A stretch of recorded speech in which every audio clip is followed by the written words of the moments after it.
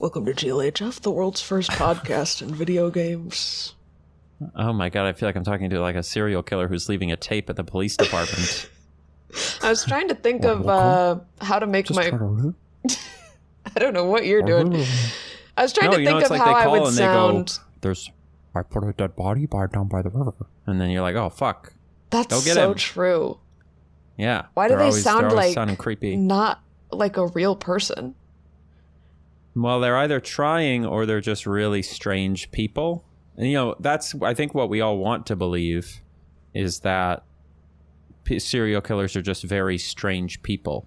And that's why they're so strange. Because we're trying to think clearly they are. You know, they're different than I would say serial killing, that's pretty strange argument. Activity. I'll agree with you that it is uncommon. But I wouldn't go so far as to... I'm always nervous about dehumanizing. Yeah, welcome to the pod. I'm always nervous about dehumanizing like serial killing and things like that because I think one of the things it's natural and human and you shouldn't be ashamed of your natural human qualities. No. All right, you're putting words in my mouth, but listen. Let's just move on. You know what? Forget it. I don't need to dig a deeper hole for myself this early in the pod. We can come back to it. Okay. Who's your favorite? Never mind. I have questions for you. Okay, sure. Because you posted your Skyrim isolation room experiment video. And I kind of wanted to do a little bit of a debrief on that, if you don't mind. Let's do it. Yeah, let's debrief. So, great video as always. You presented it in a very, I would say, like, straightforward, you know, like telling the story type of way. Yes. But I'm more interested in the psychological torture aspect of it, really, that I feel like you didn't get into so much. Yeah. You know, I want to know more about how it felt. I want to know, I actually have several questions written down about the soup, because soup has been a big topic of this podcast. And I want to know more about this soup. Well, there's not much to tell. It was pretty okay. It had all the vegetables in it that I showed it having. It was tasty. Was it seasoned? It looked unseasoned, but then you seasoned it with something. The only confirmed seasonings in Skyrim are salt and garlic. So we used salt and garlic. So it was seasoned. I put too much garlic in it. It was a little garlicky. But aside from that, yeah, it totally tasted like a bunch of wet vegetables, you know, which is... Yeah, that's what it looked like it would taste That's what soup is. To be honest. Now, one of the things... Because there was like a ton about the actual like challenge portion that, like you said, we didn't really get into, which is probably mostly just out of lack of... Like it's... finding the balance of like how to show and not tell and what things to talk about and what things not to talk about. Yeah. It was such a huge video that necessarily it's like a ton of footage, I'm sure. So I just ended up telling the story, right? Yeah. And I think there's a version of it that's like balancing more of the elements that's like even better. And so as I do potentially more of those types of videos, that's what I would look into. But one of the things that we didn't talk about in the video is basically 100% of the stew I was eating was cold. None of it. Like, we tried to do the thing where we timed it out, where Ashlyn would put it in the bathroom and I could fetch it at the top of the hour so it would always kind of stay warm. But I didn't know what time it was ever. And so by the time... It felt like every time I went to get it, it was at like the 59th minute right before the swap, but I needed stew. So I was just eating... It was cold stew the whole time. There was no warmth to it at all. But okay. So you had no idea what time it is, really. And you said something. Yes. You said something interesting in the video that I've also seen about. Oh gosh, I don't know where I was watching this. I was watching some kind of documentary about. Maybe this was just part of the Vsauce video that we've talked about a million times, where he talks about isolation. But they did some kind of experiment where this woman was like isolated in a underground bunker. So no light, no idea what time it was in the outside world. She had a pretty nice setup from what I remember. Like, she had plenty of books to read and like a comfortable living space. It wasn't like solitary confinement. It wasn't just purely like a white padded room like the Vsauce guy actually did in his video. Oh, okay. I refuse to acknowledge Jimmy's video. I'm just not going to do that. Michael from Vsauce's video is much better. But his videos are truly goated. But one thing that gets messed up is your sense of even the passage of time. So I remember she said or the experiment with this woman, she ended up like having really long day cycles. It was like her day cycle would be like 48 hours instead of 24. So she would like her sort of natural circadian like rhythm, her circadian rhythm or whatever. She would be awake for 24 hours. And then I obviously not sleep for 24 hours. Maybe it was just that she was awake for 24 hours and then she would sleep. And of course it doesn't matter how long she sleeps or whatever. But then you said that at least in the beginning that it felt much longer than it was, which I'm sure is also because of the monotony of what you were doing. Yeah, that's actually what I've heard. Isn't that what happened in the Vsauce video too? I know that's what happened in the Mr. Beast video, but I think isn't that what they well, at least maybe it just totally depends. But every time I've like heard of an experiment like this, I've heard that the people in it, when they have no stimulation at all, right, no ability to do things, they tend to feel like way more time has passed than has passed. Right, which makes sense. And that's kind of what's scary about it, right? Is like you think you've been in there, and then suddenly like you're supposed to be in there for 7 days, and then it feels like you've been in there for 30, and so your sense of time is so messed up, you feel like you're trapped in there forever, kind of. It's like this weird, time dilation thing. But I can totally see it happening where if I did have plenty of stuff to do, I would absolutely be staying up way longer, I think. Because I already get like annoyed sometimes that I have to go to bed because I like still want to do things.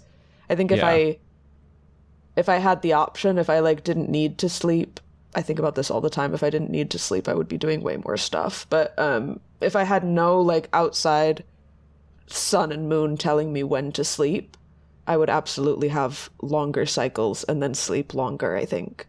That makes sense to me. Did the lady that you were talking about, was she able to turn the lights off? I think so. From what I remember, it was like a nice room with like a bunch of bookshelves and a bed, and like I'm sure she could turn the lights off if she wanted. Post-apocalyptic, like the Fallout shelter type thing. Yeah, because it wasn't about. I think it was more about the loss of the normal circadian rhythm than it was about like isolating you with nothing to do and making you go crazy.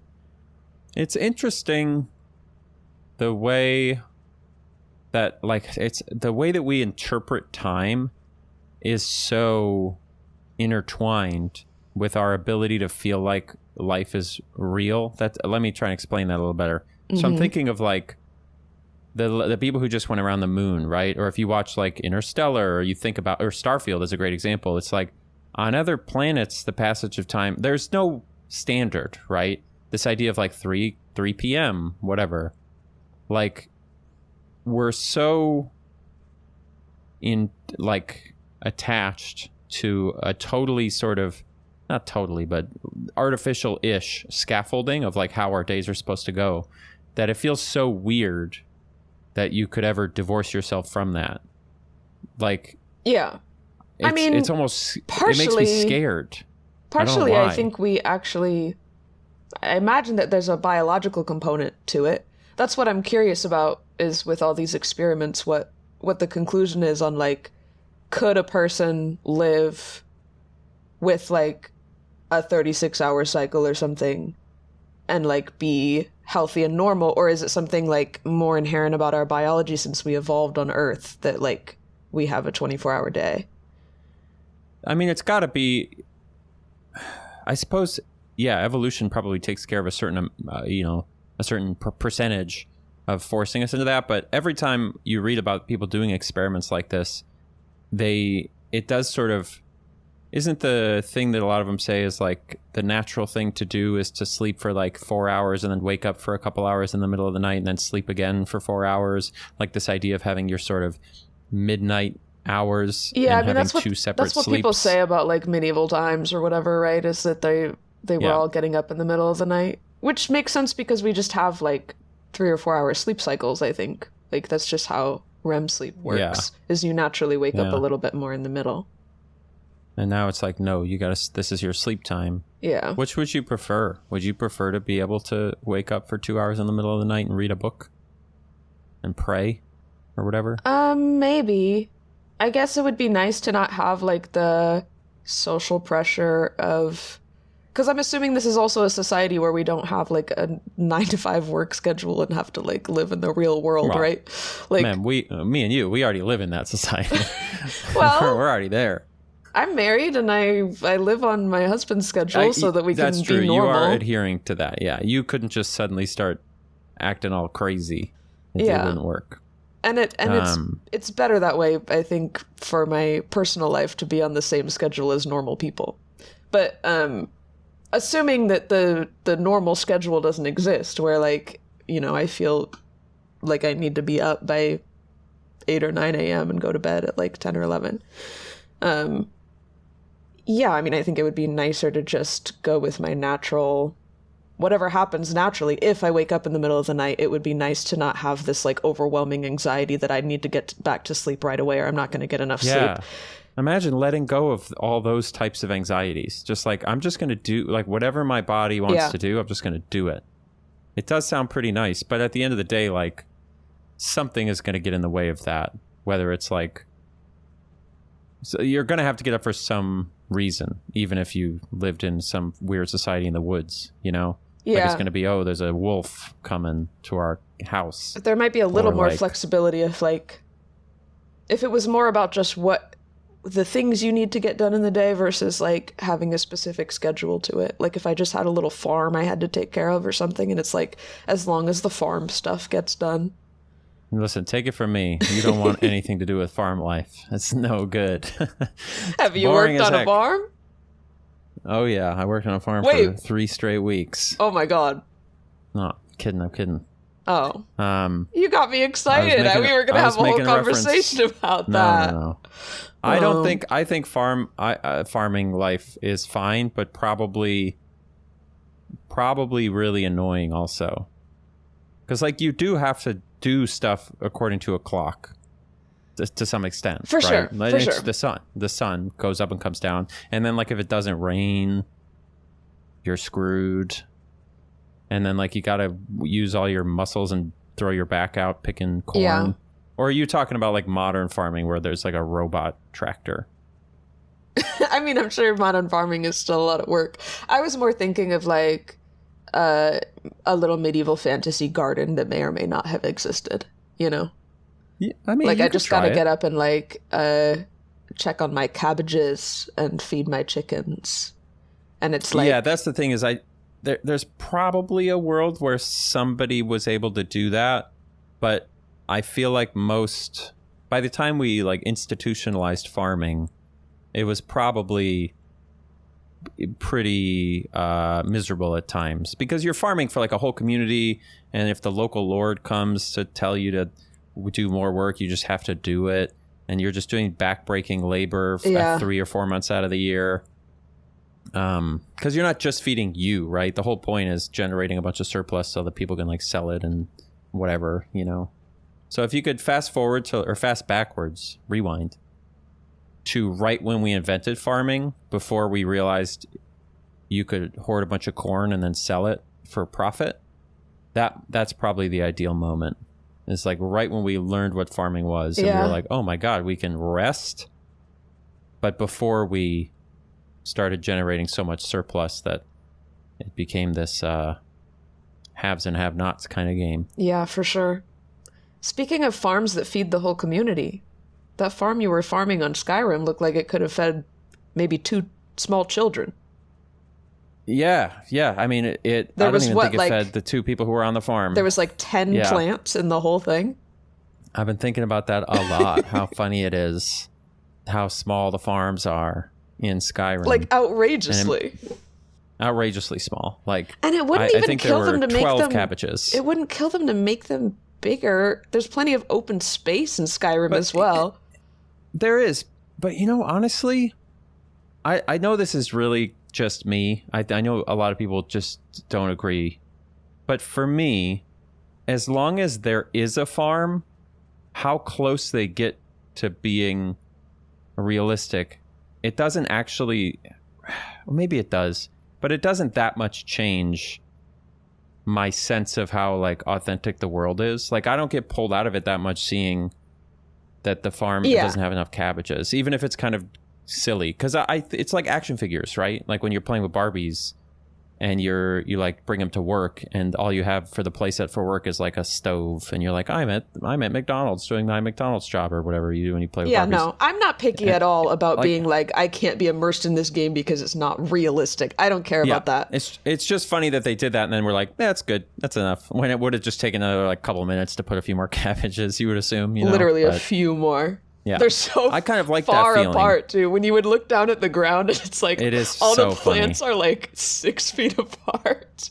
Well, I don't know distancing. If you noticed, but I actually because I'm back to making my own thumbnails now, right? And in the thumbnail, I actually had to intentionally add a bunch of extra cabbages so that it was visible, because in the screenshot that was used, I gotta go look. There were not that many cabbages. So that whole thumbnail is like a bunch of pieces from a bunch of different screenshots put together. But the cabbages in particular, I wish I might be able to. Oh, yeah. And you like made them really green so you can see them. I greened them up a little bit. Yeah. And just kind of made it look a little more like a farm. But yeah, compare that to. That's hilarious because, in the actual screenshot, it would just look like two people looking at some dirt. Yeah, and and one of those people wasn't actually in that screenshot either. That's totally fabricated as well. And doing a lot of movie magic out here. Dragon added the house wasn't there originally. Mm-hmm. That's all new. So neither was the hay bale that I'm sitting on. I didn't realize you're doing your own thumbnails now. Yep, and honestly, I kind of love it. I love making a thumbnail. I think it's fun. I've truly consider it an extension of the art, like the idea of like how can I sum up what this video kind of is in something that you can look at for like 0.5 seconds and kind of understand the vibe of it? I think it's really fun.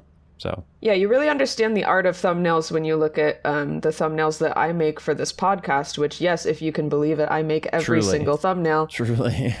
Splicing two screenshots together and putting a slanted line through the middle. But you know what? If you look back at previous episodes, it used to not say GLHF on it, so you truly could not tell what the fuck it was. It was a big upgrade. If you look at the views before we did that to after, skyrocketed, truly. Do you think there's any way we could make our thumbnail without sacrificing the in-game screenshots? Do you think there's any way we could do them in a way that would make a difference? Like I don't know. Pop out the characters, put a couple microphones in front of them or something. I don't even know. I don't know. I don't think so. I just really like the Pixies. I like the vibe of the pod as it is, and I feel like so good. The thumbnails just being the same thing that you're looking at in the pod. I just like it. So I'm hesitant to make it any more like different than it is, even though maybe that would help. But I don't know. That's the tension, right? Is like, when do we ever want more than... Because it's just so funny how it's like a bunch of ugly video game screenshots and then every once in a while, out of every 12, it's like me and you in person, and then that just happens and then it goes back to normal. It's just such a vibe, and it would be sad if it's just too funny to me, nicer. Especially the ones where like this one is going to be where we look exactly the same, and it's just exactly two characters that look exactly the same. But you just have to know, I'm too attached. You have to know your purpose. Yeah, I think I am too. Like, it would just be... I like that we're in the era of GLHF where it's like that... If there's ever another era after it where we like it's nicer or whatever, people will look back on it and go, man, I wish I was a fan back when it was whatever that the was. OGs. And I like that we're in that era right now and we get to kind of savor it. And just the fact that we don't even put episode numbers in the titles. Like, people can't even keep track. I was trying to figure out which episode I was talking about soup because I took the clip for the video. And it was like, I was like, there what? is zero searchability. There's How am I zero supposed to- way well, to find an episode. It turns out that there is, because I do put some of Google- the topics in the description. I try a little bit with that. I don't know that helped me, but it turns out that because Google logs all of the transcripts, so they basically have a database of transcripts. So if you search on Google, it ends up going through Gemini, and it could just go through all of the fucking logs and be like, he mentioned, and then it makes up a bunch of shit that we didn't talk about, obviously, but it'll be like the soup. There were 3 episodes that I talked about soup, apparently, one of which I forgot about. Let me see if I can... It's one of our many recurring subjects. It really is. Yeah, it was. Let's see. The very first one, we talked about soup. Yeah, it made up... This is one of the funniest things. Why Austin hates soup and stew. He often refers to soup and stew as hot, wet food or gruel. I've never said that in my life, but I like the idea that, like, he hates it. He's always calling it hot, wet food. I guess I did say that literally today. I can definitely imagine that we have said the word gruel on the pod, though. That sounds... Fuck, we probably have. Okay, well, maybe my memory is bad. I don't know if it was related to soup. My first mention of soup was when we talked about the perpetual stew in the episode. This was what made me laugh about our episode titles. Referenced in later episodes, such as Austin hallucinates a man called Uncle Wiggly. I was just like, what are these titles? Like, what are we doing? So funny. Other notable food rants. Quote, white man interviews xenomorph. Okay. Yeah, that happened. I feel like I'm just describing the episode really well. I don't know what's wrong with that. No, you're nailing it. I love it. You are saying exactly what it is. You know, we are setting the expectations right on. Yeah, there's money, no clickbait. I would say. Like, would you drink human milk? Ooh woo was not clickbait. Like, that was, we talked about that. Exactly what it was. Everything you saw in the title and thumbnail of that was in the episode. Yeah, I would never. Do you remember in October of 2025? Apparently, we did a segment known as Mem's Lunch Update. Is that true? That was probably in the era when I was talking a lot about my egg and cheese sandwiches that were making me fart. Oh, we were doing a lot of updates on that egg and cheese situation. That's true. I had an egg and cheese phase for about a month where I was having an egg and cheese for lunch almost every day. And it was giving me egg farts. And I feel like somebody had like commented a remedy for me. They were like, this will cure the farts, but you'll still be able to eat the eggs. Oh? And I don't remember what it was. So you're just like, whatever. It's not a big enough deal. Yeah. Are there any other recurring segments that we haven't touched on in a long time? Oh, I'm sure. But I think it's good that we mix it up. But I have another question about the soup, because you mentioned you put that clip in from the pod that you're not a big soup fan, so this was a challenge for you to be eating so much soup. You also were eating very small portions of the soup, and my whole thing against soup, not that I want to be necessarily saying that I'm as anti-soup as you, so the hate mob doesn't come for me, but but my whole thing is that especially if it's just like a vegetable soup, I'm like still hungry. I'm like, that's not a meal. Oh yeah, we talked about that for sure. Yeah. So did you, during the Skyrim thing, did you just like feel like you were starving the whole time? You kind of get over it pretty quick, I feel like. Like, at some point, you're eating stew so often. You're going through the motions. And I was like nibbling on cheese a little bit. And little bits of bread, I suppose. But in terms of like super substantive food, yeah, there wasn't very much. But no, I didn't feel hungry. It just, I think, after the first couple hours, I remember feeling hungry for those first couple hours. And after that, I think it was just like riding cortisol all the way till the end, pretty much. Cortisol. So the all stress just sort of working on the farm is getting to you. Yeah. I was cortisol maxing for sure. I did feel devastated for you when I realized that your day-night cycle was longer than it was supposed to be. Yeah. It wasn't pleasant. I feel like I would have fallen to my knees in despair in that moment. It was, I think next time, I don't think I could do these videos very often because I think I talked about how it just completely discombobulates my whole life. Well, yes. Like the day after I do one of these, I feel like I had like 7 straight nights of extremely heavy drinking before. Like it feels like I'm insanely hungover and messed up. Naturally. But I think one of the things I want to do is I felt like because I had kind of set up the time that I would need, I knew it was going to take like somewhere between 20 and 26 hours, depending. When I realized that it was running long, I started getting like self-conscious about going too long. And I was like, like I have a dog. I got to make sure I'm helping with that at some point. And I would have liked to release that. Mm-hmm. And for the next one, just set aside like 72 hours. So it can just go as long as I need it to go. It's going to get longer and longer. And maybe sleep during it, just let it be what it is. So I would like to not have to worry. How did you decide on the length of this one? Because the Cyberpunk one wasn't that 1 week, and then you did like 3 weeks. It was 1 week, but it was almost as long. Okay. So I knew that I wanted it to take about 24 hours. And so you just kind of do the math and you figure out like, well, 1 week in Skyrim would only be, 8 hours or whatever. And that's not long enough. 2 weeks, 3. So you settle on 3 weeks. I think ideally would have been 4 weeks because then I could have done 1 week for each season of the year. But that would have been, 30 hours. And I just don't know that I had that in me at the time.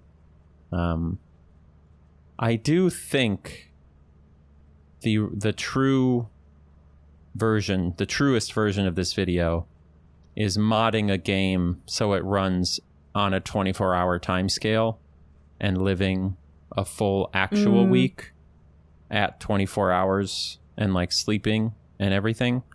But I don't know that I'm hesitant to have it be a challenge for the sake of a challenge. Cause like really there's a thing that I'm curious about, which is like what is this world like if you really immerse yourself in it? Right. And I don't want to accidentally make it become like, watch me suffering. Cause that's fun, but it kind of, it is I don't fun. know that you actually learn much more. That's what I'm saying is that's what I found myself wanting more of. I'm like, he's talking a lot about like details of the game, but I want to see like how fucked up in the head he is now.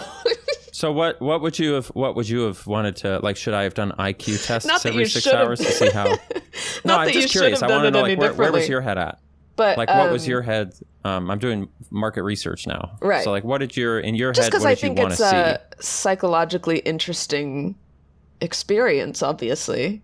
So yeah, I just. But you just want to see me complaining more? Just add more size to the video? Kind of like a descent into madness type of arc. Do you think I should have set up cameras in the room and had like wide angle shots? Ooh, and like yeah. Maybe when I went to the bathroom, I filmed those little confessionals like they do in reality TV. And I go, this is where I'm at. But again, I think like, not that I'm saying you're telling me to do this. But if that's not your style, then it's not. It's fine. It could be my style and it's interesting, but it does. It probably makes a more entertaining video, but it would take away from me actually being immersed in Skyrim, which of course is what I was interested in. Like adding true. More of those kind of like because then it becomes layers. More about you being alone in this room instead of the which game. There's probably something interesting there too. Like I've thought, how interesting would it be to like figure out if you could as a person live in like Link's house from Ocarina of Time or whatever, where it's just like a bench and a log and a table or whatever. So imagine you could, kind of was it Germa? Is that person you said made Sims? Made Sims? Or made the Sims, he lived in the Sims or whatever? Yeah, that was like a real physical, like almost stage play type of situation where it was called Germa's Dollhouse. So it was like a real house that they built somewhere in some like production studio, and then we're live streaming, and the audience could like type things to control his sim. Okay, so it was a challenge in a sense, but it was kind of more like an improvisational theater exercise. Yes, it was very theatrical. It was entertainment. Got it. Okay, got it. Well, I would think do something like that, but it's just about trying to live, could be interesting. Like, how much could it cost to build a set from... I don't know. I wonder what the hard. budget for that was. A lot, I'm sure. People are pretty good at building sets on the cheap, because if you don't actually have to follow code and you're just building it for the visual, I feel like you can get away with a lot. Like True. A lot of plywood. Like I guess they don't have to like follow the plumbing and electrical guidelines for a set house. Yeah, it definitely could be interesting. But then the question becomes, if you're trying to live in a video game, it's like, well, the video game takes place in a whole world, not just in one house. And you wouldn't be able to leave that house or it would break the whole But I think idea. I think what you like about doing this stuff is the observing the parts of the game that are supposed to be just background to the actual gameplay. Exactly, yeah. I just love, it's video games as I love video games, right? I love psychological experiments and stuff, but so I think now I still just love in video that way, games. I think the way that you did it was correct for the vibe you were going for. But I just love to see people suffer, I guess, is what I'm saying.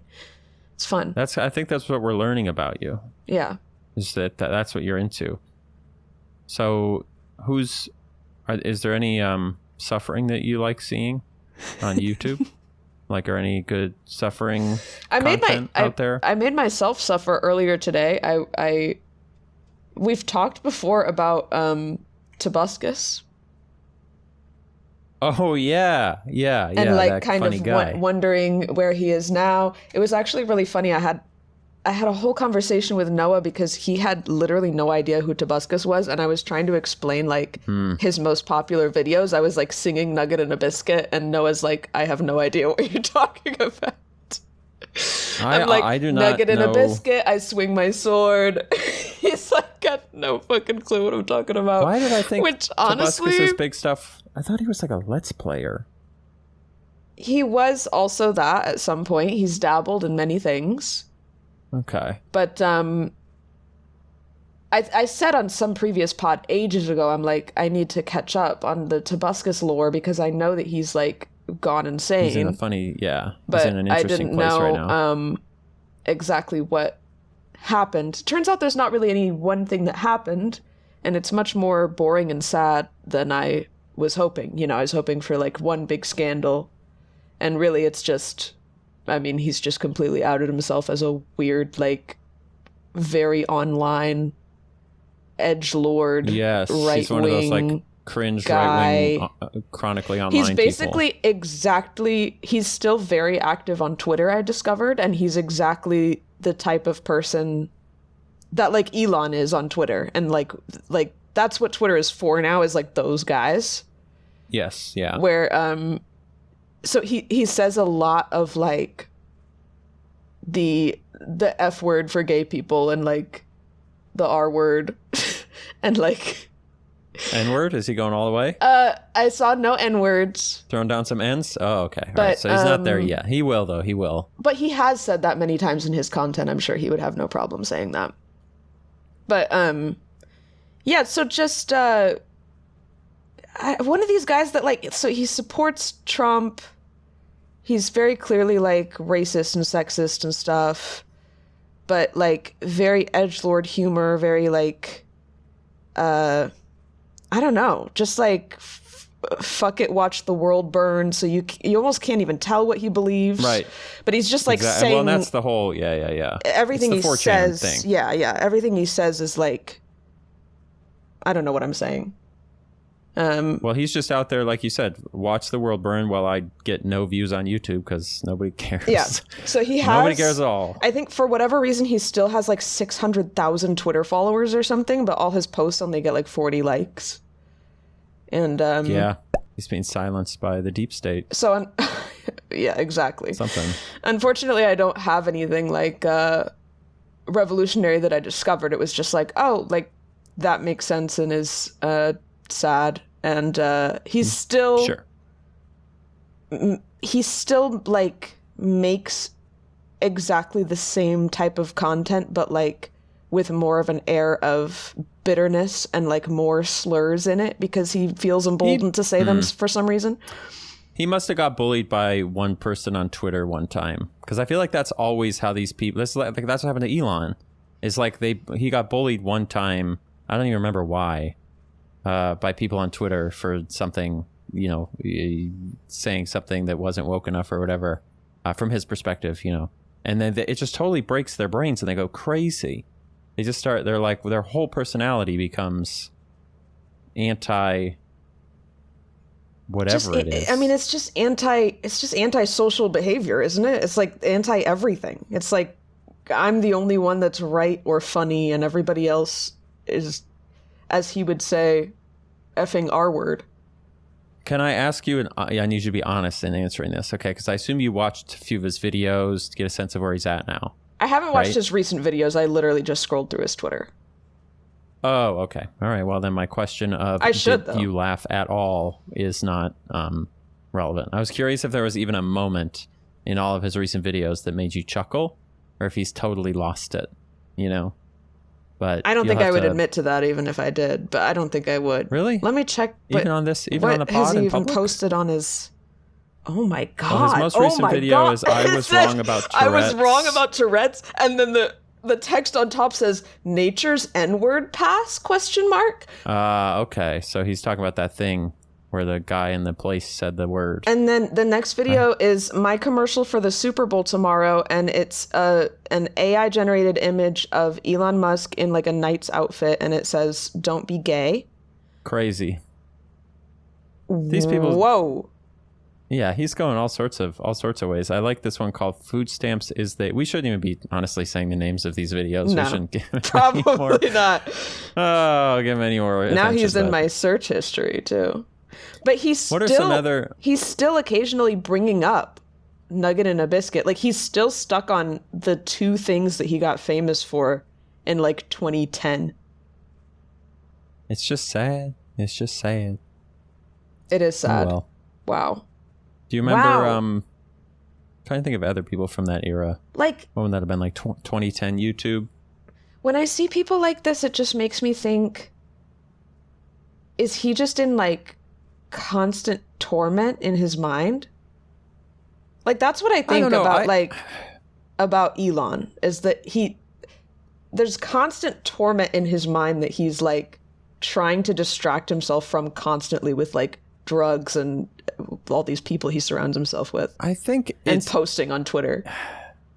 I honestly think that it's tempting to assume that, but unfortunately I think a lot of these people are actually just like they are the type of people you've met. Like these are people who are just like, I don't know, like who cares, man? Like whatever, just like it's all bullshit. And like so you'll meet these people and it doesn't actually like, I don't know that it actually is like covering up for some deep sadness other than the normal deep sadness that we all have about, you know, the existences, you know, whatever. I think a lot of people are just like he actually probably just thinks it's like funny how mad people get and he's just like chilling.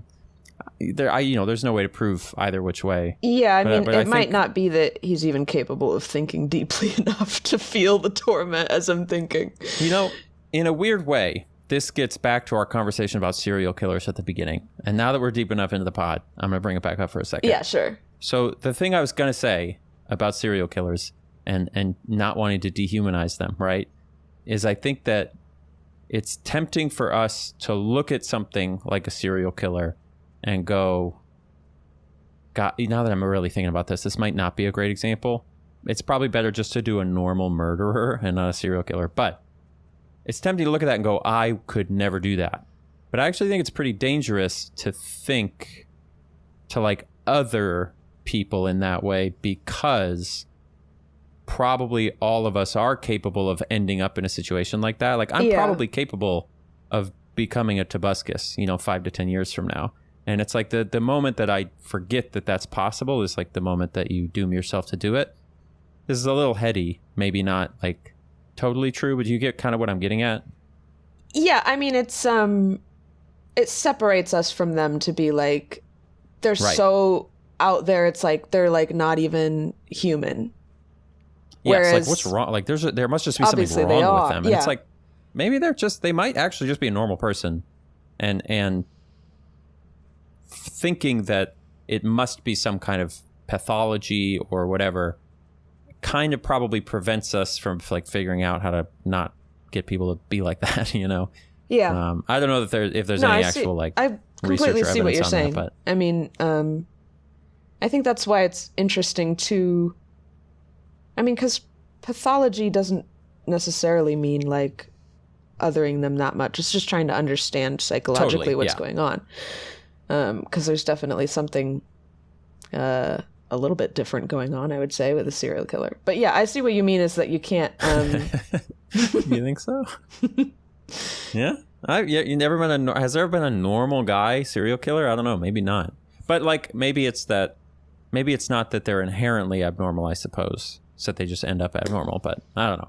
There's probably way more people who know more about this than I do, obviously. I've always been fascinated by it just because, you know, like I don't really do this anymore, but I used to be a little bit into like true crime documentaries and stuff just because of I'm always just interested in like the psychology of somebody that I feel like is so different from me. Like I obviously can't even put myself in a position where I could imagine myself doing these things. So it's just like interesting to me to like try to understand what got them there. Yeah. But I don't know. It's hard to understand. I think that's why we just want to other them, is because for most people it's really hard to have a lot of empathy, I guess. Yeah. Well, and it works to kind of inoculate yourself against like too easily becoming someone like that, right? Like if you think that's a monster, I could never do that, it does like kind of protect you from doing it to some extent until like whatever, if you end up in the same situation. From watching a lot of true crime stuff or like interviews with people that have killed people or abused people or whatever, a lot of them do actually make excuses like they're not that type of person. Like they even separate themselves from those people, and they think that they like there are reasons that they do it that justifies it in a way that like those other people don't have. So that's an interesting part of it too. Exactly.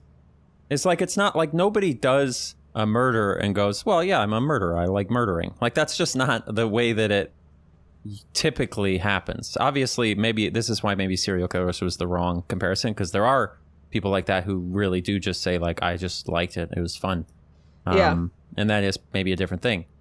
But a lot of people do have some kind of moral justification for what they do, which is interesting. It's very seldom that they're like, yeah, well, I'm doing evil because I'm evil. You know, like it's there's something that they can explain why they're not one of those people to some extent. So yeah, you know, well, let's get a psychologist on the pod. What happens? How many people do you think we've said, let's get them on the pod? And then why haven't we? I mean, it still could happen. You keep saying one day you're just going to bring somebody on. Maybe I'll do the same thing. Maybe I'll just have somebody on. Imagine we accidentally did it on the same day. And it was just two random people. And then, well, no, it's like the prank call where you make the pizza place call the pizza place, and we just make them talk to each other and leave. Yes, we're not even there. I just tell them like, hey, you're going to be doing a pod. It's like you just like talk like normal and just be yourself, and then you tell that to someone. They join the Discord call, and they each think that they're going to be talking to like us, who they've talked to before about doing this, and they're just talking to each other. That would be such a good prank. And then we just see how long they go. We'll get Tobuscus and someone else, and we'll get them on. We'll tell them to just have a conversation. Oh man, that'd be so funny. Wait, so do you not know about Nugget and a Biscuit either? I don't do cartoons and sing-song stuff. I don't like it's way too... It didn't even come across your desk when you were 10 years old? No. I don't remember watching that much YouTube. Or I guess when you were 10, YouTube didn't exist. No, it didn't. Because you're old. I mean, I didn't even get... Like, I don't even remember YouTube existing for me until I was like 12, maybe. When was Nugget and a Biscuit? I don't know. Let me look it up. No, well, we'll find out. Let's go. I still have his Nugget in thing a open. Biscuit. 14 years ago. 2012. Yeah. Yeah, I just wasn't... I don't think I was watching much YouTube. I was making YouTube videos. Yeah, I was going to say, you were freaking making videos in 2012, probably. Yeah, wait, that's crazy. Let's see when he put out Nugget and a Biscuit and what video I made at the same time. September of 2011. Yes. I'm sure I put something up. No, I think that's a little earlier than I think my earliest public videos right now are 2013. Oh, no. I have some unlisted videos that are older. Well, look through the unlisted ones. You got to tell us all right, one. I'll take a look at that. I have another, can we do a game? I have a game. You want to play a game? It's called sure. Grade Memories. Okay, you ready? Okay. I'm going to say a grade, and you just tell me the first memory that comes into your head from when you were in that grade, okay? I don't remember my life, so this is going to be really bad. But I'll try. Right, we'll try it. I'll try to start easy. 8th grade. Right before high school. You got to have something. What the fuck have I ever done? Okay, let's start easy. Last year, and then we'll work backwards from there. Well, 8th grade. You got to remember something from 8th grade. You know what happens is when you say 8th grade, I think middle school, and a shudder runs through my whole body, and I start sweating. Okay. 4th grade. Who's your teacher? I had oh fuck, what was his name? I loved him. Oh no. Look, neither of us can play this game. This is not good. Well, 4th grade. Listen. Oh god. I only remember one teacher's name from elementary school because I want to say I had the same for 4th and 5th grade. Maybe my mom would know. I remember the name Mrs. Brocker. That's what I remember. Okay. Do you remember the class you were in, like the classroom? I remember what the classroom looked like, yes. Okay. But you don't remember any specific And I remember we had a we had a class pet hamster. Oh. And that's lovely. Dude, I swear to God, we had some guy come to our class and play guitar for us that maybe he was like a famous musician, and he was like from Indiana. Like, let me look up famous musicians from Indiana. Wait, like you just to your class, or like everyone get to the auditorium and some famous musician played for you? I swear to God, he was in my classroom, like George Bush on 9/11 style. Just in my class. Just in my class. Oh man. Okay, George. Like on a stool. You know how when you're in a classroom, George Bush on 9/11 style? Yeah, he was up in that classroom. That was the vibe, as he was sitting on a little chair by the blackboard. That's one of the funniest things you've ever said. I gotta remember that. Yep. We were just sitting in a classroom. But there was no point to it. This is what I'm saying about there's so many things about school that like happened that there was no educational point to. It was like he just came and like sang some songs, and we like and my teacher like had a copy of his CD she was showing us and was like, isn't it so cool that he's like in our class? And that was it. There was no educational value. I have to figure it out. Other than inspiring you to realize that you can truly be anything despite the fact that you were in Indiana. Right, maybe that was the message. Yeah, they were just saying you could be famous. I think he just came in there. Indiana. Watch it not even be a famous person. But I think he just came in there and saying, like, this land is my land. Oh my God, it was Woody Guthrie. That's crazy. No way. You had Bob Dylan in your Indiana classroom? I didn't even realize. Wait. Except it was actually Timothée Chalamet. If you figure this out, I'm going to go crazy. Well, because I'm looking up, like, singer-songwriter guys from Indiana. I'm seeing John Mellencamp, which sounds familiar, but is there any possibility that John Mellencamp was in my 4th grade class? Probably not. I mean, people do, like famous people go to schools and stuff. Like maybe he went to your school, like as a kid or something. What are like his songs that are popular? He has a song called Jack and Diane. That's, I think, his number one. But he did. Right. He does occasionally play a cover of This Land Is Your Land on tour. So you might be right. Mom, if you're listening, can you let me know if John Mellencamp came in my classroom? Let's get him on the pod. If he went to your classroom, I'm going to reach out to his team, see if he would do it. And let him know I said he was in my class, George Bush on 9/11 style. Yep. There's got to be a way to figure this out, right? But he's from Indiana. Yeah, I think the plot it's likely at this point. So what was going on in your 4th grade? Yeah, as soon as I started trying to think about it, I couldn't remember much, to be honest. So if this is true, imagine we come back next episode and it was John Mellencamp in my just in my 4th grade class, just individually visiting us. Be absolutely nuts. Why would that have happened? John Mellencamp, here, look up. But he was born in Seymour, Indiana. Whatever year it was, just search that up. Like John Mellencamp 2004 or 6 or whatever year, and see if that's like the vibe that he had. How old are you in 4th grade? 9. You were 9 years old. So it would be 2004. So look up John Mellencamp 2004 and see if that's the guy. See if it jogs a memory. Oh, like how he looked? Yeah. I have no idea. He just was a white guy. That's all I know. Oh, okay. All right. Well, it definitely could be. That'd be he did live in Indiana in 2004, apparently. So he's just doing an elementary school tour for there's got to be somebody out there who can like fill. There's going to be somebody in the comments who's like, oh my God, John Mellencamp was my uncle, and I remember him telling us about this really cool girl in this 4th grade class who was sitting there. Ew, like, oh my God. Ew! If you had noticed, not like that. My God, yeah, true. He noticed a specific 4th grade girl, like he was like, nephew, listen to me. There was this 4th grade girl. She was just the coolest. Oh, cool as fuck. I will say, there's a possibility I had a bob at that time. I definitely had a bob at some point in elementary school. Like I was already on that. So I also had a expander. What percentage of your life have you been bobbed up? That's a good question. It's got to be, because like when you're a super little kid, you wouldn't have one. It's certainly less than half, because I had a bob on and off through my school years, but it always ended up growing out because I didn't get haircuts often enough to maintain it. So it was like I had a bob like at a few different points in high school, but it always just ended up growing out and being like normal long hair. Is your goal to make sure that percentage is over 50% by the time you die? Absolutely. I literally plan to have this hairstyle until I die. I'm not even kidding. I don't like that so much. I don't see it changing.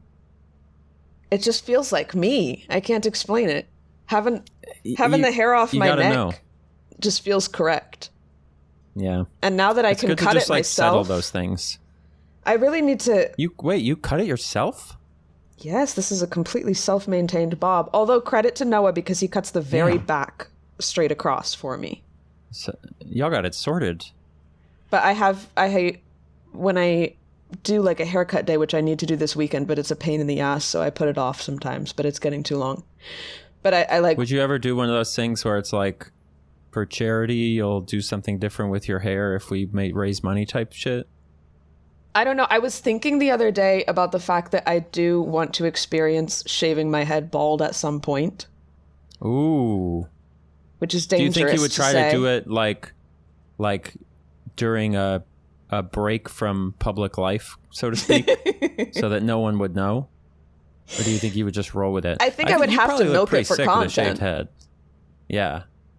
That's true. That's true. I think it would be funny to have a wig made that looks exactly like my current hair, and then shave my head bald, and then take the wig off dramatically at some point.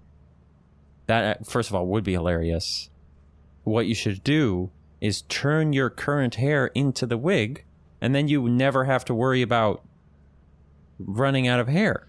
Forever. Yeah, you'll just always have a bob. I would have to grow it a little longer though, because you need a little bit of extra length to make a wig, even if it's a short wig.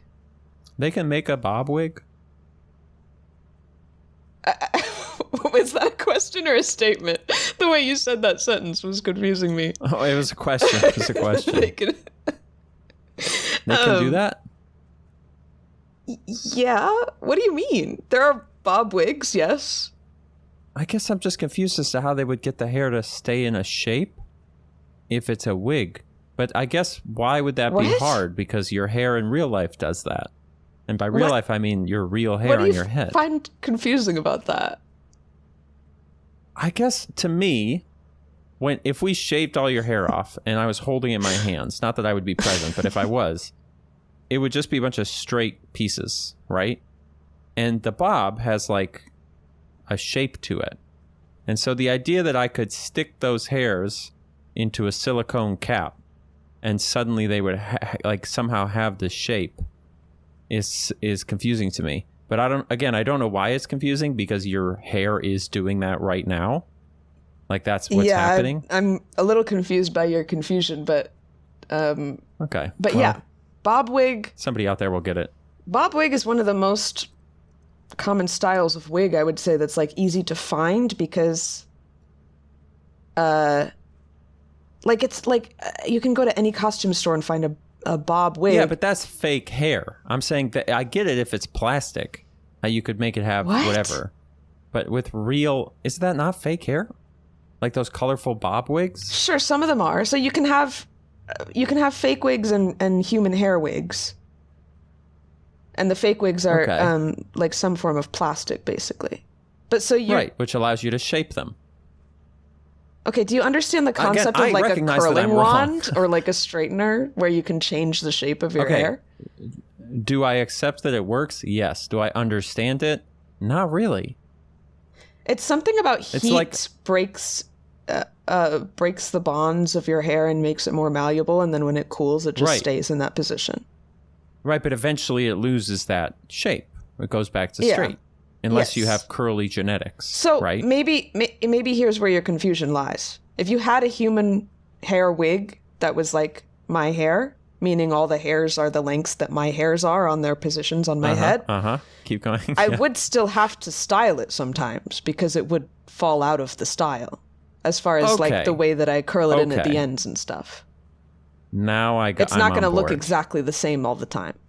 And maybe you have bridged the gap. Whereas a plastic one, depending on the type of artificial hair it is, some of them will like kind of just hold their shape forever, basically, and you can't really style them, because if you try, it just doesn't work because they're made to be in that shape. There's also other types of synthetic hair that you can style, but so how much longer is your hair when it's not bobbed? Like how many? Because I assume that takes away some of the length, right? A tiny bit. I mean, I curl it in a tiny bit at the end, but not that much. I mean, you can just look at a thumbnail of mine. It's just I very slightly curve it in with a straightener, but it's not like. Okay, that's true. It's not that much. All right, I'm done. No further questions, Your Honor. Okay. No, I'm glad we got to the root of what you were talking about, because I was confused by what you were confused about. Because I think for me, what the confusion really was I think of a wig as a product that you purchase at a store, and in my head, a product like an action figure it's never is like a change. Singular. Yeah, it's a thing, and that didn't make sense because I know that hair does change. Why I couldn't understand that it's the same thing.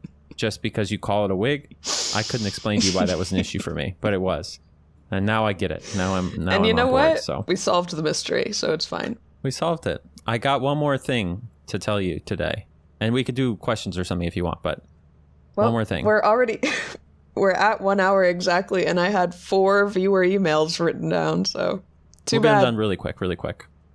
Or I could save my thing. I'm gonna forget about it. Did you realize that log flume rides, like a log flume was just like an actual thing that you would send logs down?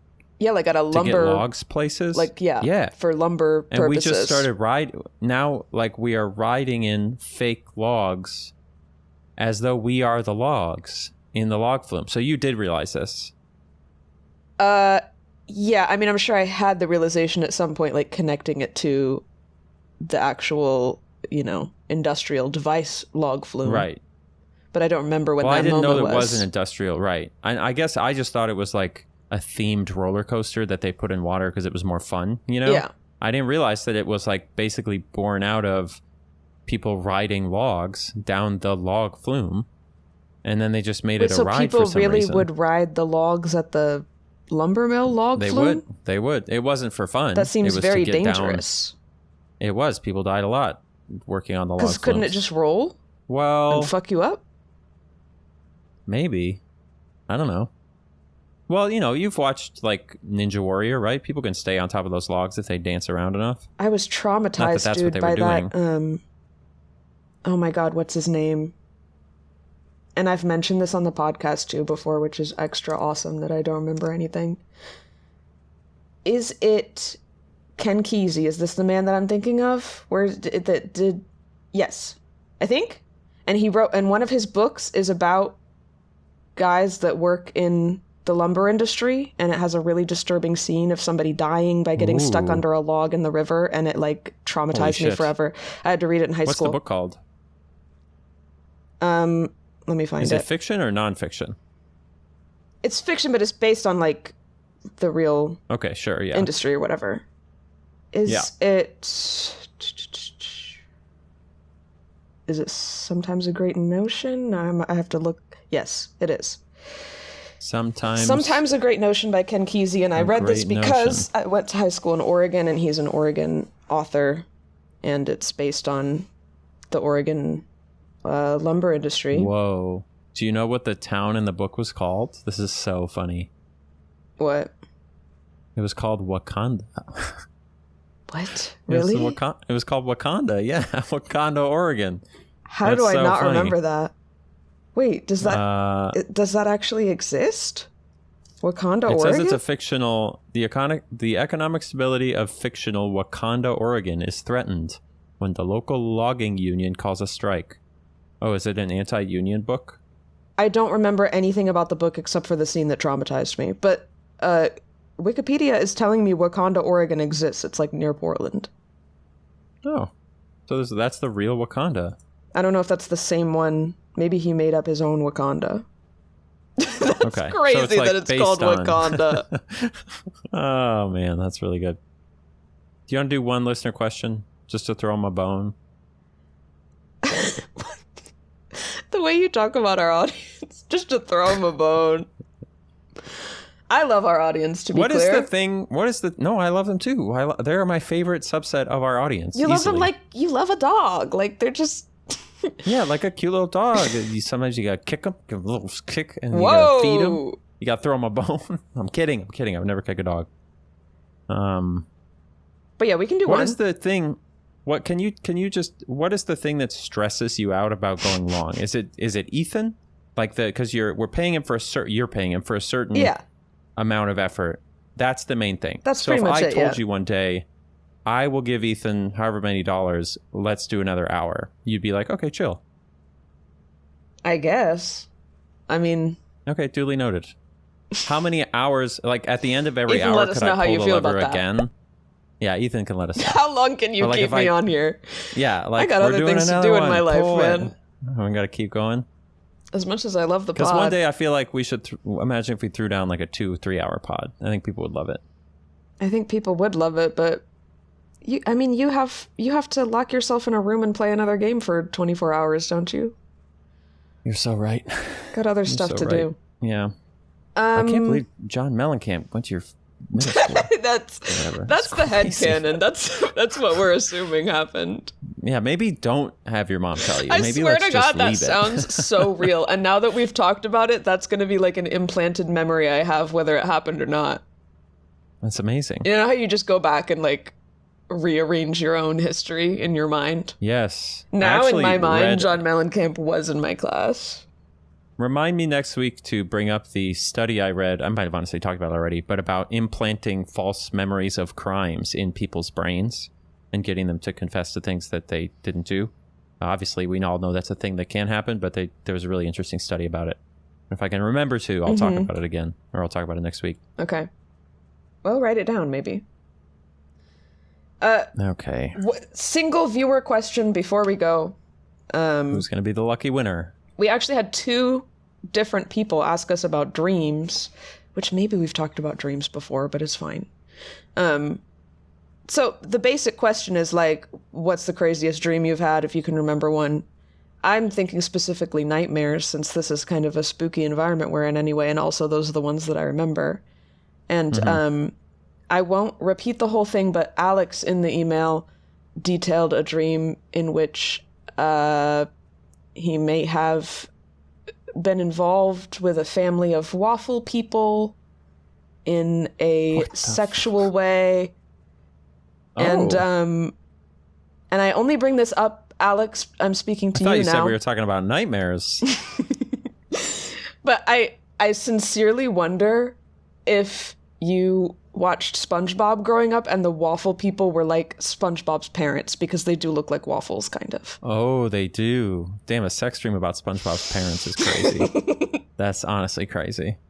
But yeah, it was specific. I know I wasn't going to get into specifics, but now I am, because you know what, Alex, you put it in the email. But he was specifically involved with the waffle wife while the waffle husband was watching. No way. So he did waffle cuckoldry, and then I think another waffle joined in too. So, what was there any further detail in this email about the logistics? No, you know what? He was actually very tasteful about explaining it. There was no, all right, fair enough. There was no specifics. There was Leave no it up to our imagination. Bodily fluids. Like, I don't even know what waffles would have in that regard, but syrup, right? Yeah, a little bit of syrup, a little bit of butter, whatever it is. So have you had any cuck dreams? What's the craziest dream you've had? I've never had any cuck dreams. Okay. I have two types of dreams. Either very, very traumatic nightmares, or right, and this is probably the majority of them, dreams that they feel like they're 3 to 4 seconds long. So it'll be something like, the dream will start and I'll kind of like walk up to a door and like open it and then see a person, and then that's the whole dream. So it'll just be like a very simple, like, little thing that'll weird. Happen. That's usually very innocuous. So I have a lot of dreams like that, or nightmares that make it hard to sleep. But I don't know that I could point out a specific one. That would be good for the pod. My categories of I've never had a really short dream. If anything, I always feel like a lot of time passes in my dreams, like way more than in real life. So, because I'll like wake up in the morning a little bit before my alarm. I'm talking like 15 minutes, and then fall back asleep. And in that 15 minutes, I'll have a dream that felt like a week. I hate that idea. So I don't think I've ever had a dream that I specifically remember being really short. That's interesting to me. Yeah, I don't know that I've ever had someone else say like, oh, I have those too, but I'm sure it happens. Or it might just be that those are the ones people forget more often than not. Yeah, maybe. Just not, whatever. I don't like the idea of having a dream that feels really, really long. I feel like that's very stressful. So how long would you say your dreams feel? Because mine are always like at least a full day or like a couple days. Never more than a day. I don't ever remember having a dream, I think, in my whole life that felt like it took place over more than like one kind of sitting, so to speak. It could be long, but multiple days, no way. Interesting. No way.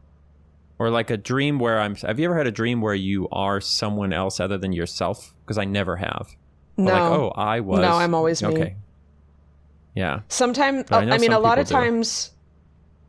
So most of my dreams, I'm usually with people that I know in real life. Like I'm with friends and family that I know in real life. And sometimes what'll happen is like, yeah, actually, now that I think about it, I'm always in a group. I'm not frequently completely by myself, but who is in the group with me will change over the course of the dream. So it'll be like, I'll start the dream with like these two people, and then somehow halfway through they're a different two people that I know. Yeah.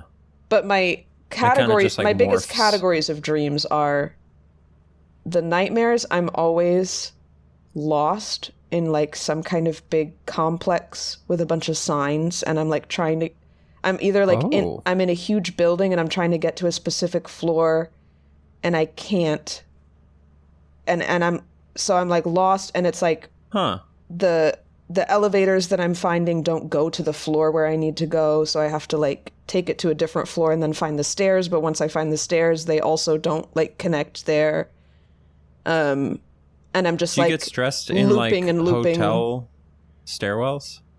Or like Not is there really, an because I experience think in real life? in real life I'm pretty good at navigating situations like that, or like when I get to like a complicated train station or something, I can orient myself and figure out the signs and figure it out. So I can't say that has happened to me in real life, really. But Interesting. But yeah, I'm always lost. Or kind of adjacent to that, I'm having like a really grand adventure. So I'll be in like Sure, okay. I'll be in like a maze or something. But if it's less of an anxiety dream, then it'll be more of like an adventure, and it'll be like a video game or something, and like me and my party are trying to like find our way through and like get through challenges or whatever, because we're like on a quest. It's fun. And this it's is fun. Like a positive experience. Yeah, okay. I definitely have had a few of those that were fun, and there was like a big boss battle and stuff. But I always fucking wake up before I get to do the boss battle. Always before the good parts. Always. Or I have dreams that are completely mundane. I'll have a dream that's just me living a completely normal full day in my life. Like I just what a waste do all of a the dream. same stuff that I do. Like damn, and then you wake up and then you have to do it.